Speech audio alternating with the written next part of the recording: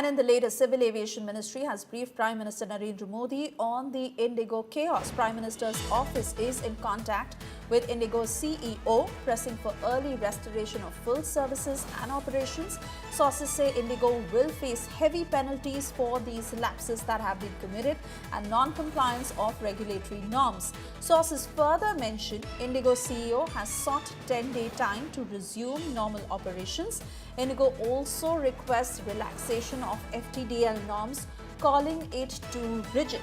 Let me go back to my colleague Chetan Bhutani, who continues to stay with us. Chetan, I want to refer to reports where IndiGo had urged DGCA that as far as the FTDL norms are concerned, they should be relaxed till February, especially given night flying.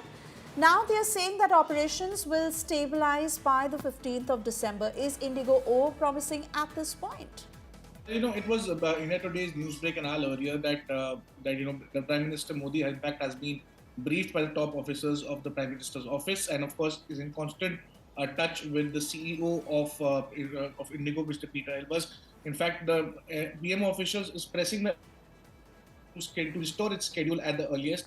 Elbers, on the other hand, has requested a 10 days from the government to restore complete normalcy and return back to normal operations. In fact, IndiGo is also expected to face penalties. But India Today is of course the first channel to break this story on what particular norms are. The IndiGo is actually being likely to be charged with regulatory non-compliance, consumer impact, operational lapses, and breach of public interest. About 3 to 4 clauses is what the government would be putting on IndiGo. IndiGo, in fact, has appealed to the government to relax the FTDL norms because saying that such norms are very rigid and no such norms exist worldwide. In fact, India is the only country which has imposed it, allowing a lot of distress to IndiGo.